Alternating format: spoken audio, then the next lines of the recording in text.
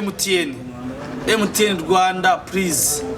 abantu mwabahinduye nk'imbohe nk'ibicucu bidatekereza turi abanyarwanda turatekereza niko tufata umuntu w'umunyarwanda si umukecuru si umusore si umugabo si umugore ukamutondesha umurongo ngari kuri ku cyicaro gikuru ngo cya MTN umuntu akamara amasaha 4 yaje gukoresha Swapu afite akandi kazi agomba gukora afite ibyo ashaka kujya gukora bindi kuri uwo munsi ugasanga umuntu yaje mu gitondo saa 1 saa 2 ahavuye saa 9 saa 10 bitewe n'umurongo ndebera nawe ndebera umurongo w'abantu uri hano reba abantu batonze umurongo kunubangana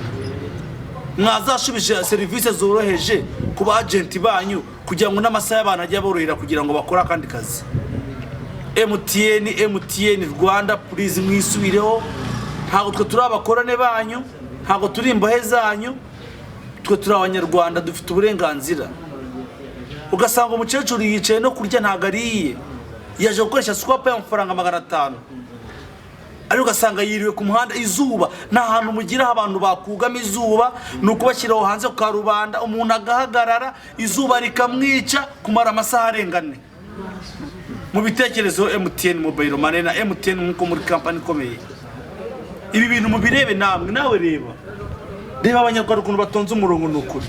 uzi ko wagira ngo ni imfungwa cyangwa bagiye gufata ibinini bya sida